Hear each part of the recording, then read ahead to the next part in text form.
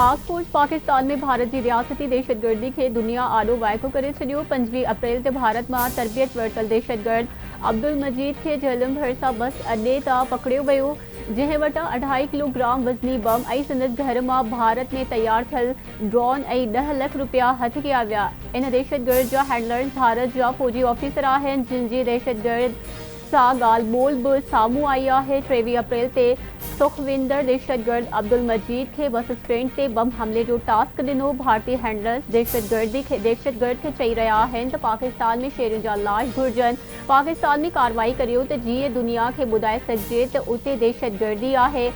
Major Sandeep एतराफ़ कयो आहे त हू बलोचिस्तान खां लाहौर ताईं दहशतगर्दी करे रहिया आहिनि। भारत पाकिस्तान में शहरनि ऐं फौज ते हमलनि जे लाइ दहशतगर्दनि खे बारूद भी फराहम कर रहियो आहे। उहे आईटीज़ ड्रोन के ज़रिए उमाणियूं वञनि थियूं। पाक फौज के तर्जुमान लेफ्टिनेंट जनरल अहमद शरीफ प्रेस कॉन्फ्रेंस भारतीय रियासती दहशतगर्दी जा रद्द न थियण जोगा सबूत पेश करे छॾिया। संदसि चवण आहे त पहलगाम वाक़े खे 7 ॾींहं थी विया आहिनि, पर भारत अञा ताईं इल्ज़ामनि जो को सबूत पेश न करे सघियो आहे। पाक फौज भारत जो एक ॿियो ड्रोन किराए छॾियो। सिक्योरिटी ज़रिए मूजिब सतवाल सेक्टर भरिसां भारती ड्रोन जासूसी करे रहियो हो, जंहिंखे किरायो वियो। पाक फौज पारां एलओसी ते 1 ॾींहं जे अंदरि किरायल भारतीय ड्रोन जो तइदाद वधी वियो। पाक फौज पारां पहिरियों क्वाडकॉप्टर भंभर जे इलाइक़े मनावर सेक्टर में किरायो वियो। पाक फौज बर वक़्तु कार्रवाई करे दुश्मन जे कुझनि कोशिशुनि खे नाकाम बणायो। पाक फौज दुश्मन जे कंहिं बि जारियत जो तकिड़ो ऐं मुंहतोड़ जवाब ॾियण जे लाइ तैयार आहे। सिंध जो वॾो वज़ीर सैयद मुराद अली शाह सीसीआई इजलास में तकरारी कैनालनि वारी रिथा रद्द करण बाबति सिंध जो केस खटण खां पोइ इस्लामाबाद खां कराची पहुतो कैनाल रिथा रद्द थियण जी ख़ुशी ऐं सिंध जो भरपूर नमूने केस विढ़ण ते पीपी पारां कराची एयरपोर्ट ते वॾे वज़ीर जी शानदार आज़ी आहे। गुलनि जी वर्खा सिंध जे आवाम जे हक़नि जे तहफ़ुज़ ते सैयद मुराद अली शाह खे ख़राज तहसीन पेश। सीनियर सूबाई वज़ीर शुरजीलना मेमण, पीपी कराची डिवीज़न जे सदर ऐं सूबाई वज़ीर सईद गनी, वक़ार मेदी ऐं ॿियनि अॻवाड़नि तोड़े कारकुननि वॾे वज़ीर जी आज़िया कई। जीए भुट्टो जीए बिलावल जे नारनि सां एयरपोर्ट गूंजियो थियो। ज़रूरतमंदाणनि क़दमनि ते पीपी क़यादत खे सलाम पेश। वॾे वज़ीर जो चवणु आहे त कैनालनि वारो फ़ैसिलो वापसि थी चुको आहे। कैनाल मसइलो हल थियण ते सिंध जी आवाम खे मुबारकूं ॾियां थो। कुझु माण्हू सूबे में शरारत करणु चाहिनि था ऐं कुझु माण्हू सूबनि खे विढ़ाइणु चाहिनि पिया। कैनालनि जे मामले ते सदर आसिफ अली ज़रदारी ख़िलाफ़ प्रोपेगेंडा कंदड़नि खे कुझु न मिलियो। एहतजाज कंदड़नि खे ॿीहर अपील करिया थो त धरड़ा ख़त्म कया वञनि। रोड ब्लॉक हुजण सबबि माण्हू ॾुखियारियुनि खे मुंहुं ॾेई रहिया आहिनि। वकील पहिरियां चई रहिया हुआ त कैनाल रद्द करण जो नोटिफिकेशन घुर्जे। हाणे संदर मामला के ॿिया आहिनि। वकील अॻवाणनि सां मुलाक़ात थी, खेनि धरनो ख़त्म करण जी अपील कई आहे। वकीलनि खे ख़दशा आहिनि, उहो नथो थी सघां त हू दुरुस्त आहिनि या ग़लति। यकीन आहे त वकील मुंहिंजी अपील खां पोइ बबलोए धरनो बि ख़त्म करे छॾींदा। सिंध जे घर वज़ीर ज़िया हसन अंजार जी सखर में वकील अॻवाणनि सां मुलाक़ात खां पोइ प्रेस कॉन्फ्रेंस में चवणु आहे त गैर मुफ़ादनि वारी काउंसिल कैनाल जे मसइले खे हल करे छॾियो। इतफ़ाक़ राय खां सवाइ सिंध दरिया ते को बि कैनाल न ठहंदो।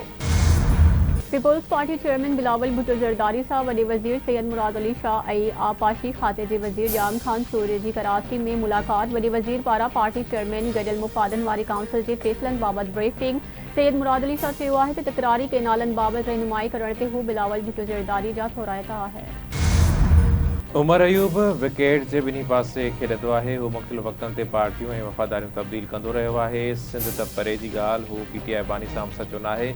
उमर अयूब पीटीआई में पंहिंजो ग्रुप ठाहिण लाइ सरगर्म आहे। उमर अयूब जहिड़ा पीटीआई अॻवान दुआऊं कनि पिया त संदन बानी हमेशह जेल में रहे, त जीअं हू पंहिंजो दुकान चमकाईंदा रहनि। सिंध जे सीनियर वज़ीर शर्जील मेमण जो अपोज़िशन लीडर उमर अयूब जे बयान ते रद्द अमल।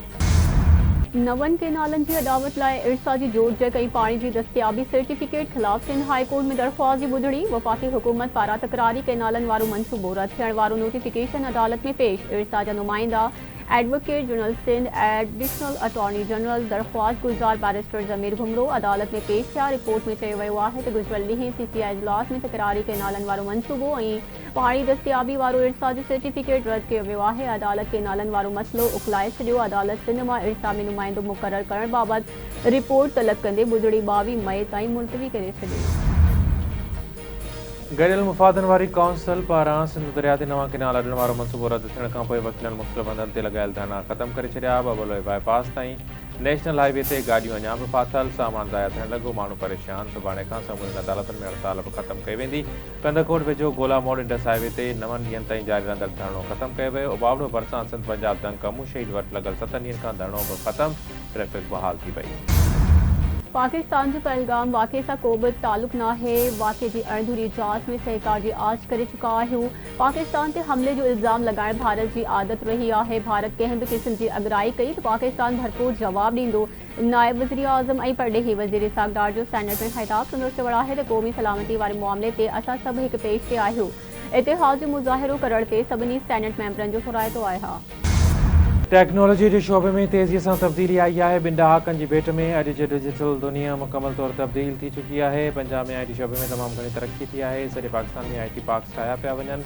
वज़ीर आज़म शहबाज शरीफ जो इस्लामाबाद में digital foreign direct investment conference के खिताब चवे तो मसनूई ज़हानत ऐं IT में नौजवाननि जी तालीम ऐं तरबियत जो वॾो मनसूबो जोड़ियो वियो आहे। सॼी दुनिया जे सीड़पकारनि खे IT शोबे में इन्वेस्ट करण जी दावत ॾियूं था। IT शोबे में परॾेही सीड़पकारनि खे सहूलतूं फराहम कयूं वेंदियूं। सिंध हुकूमत तरफ़ां कराची में हलंदड़ समूरियुनि ऑनलाइन टैक्सी सर्विसिस लाइ हिक ई निज़ाम आणण ऐं EV टैक्सी लॉन्च करण लाइ क़दम तेज़ करण जो फ़ैसिलो सिंध जे सीनियर सूबाई वज़ीर शर्जील इनाम मेमण जी सदारत हेठि ट्रांसपोर्ट खाते जो इजलास।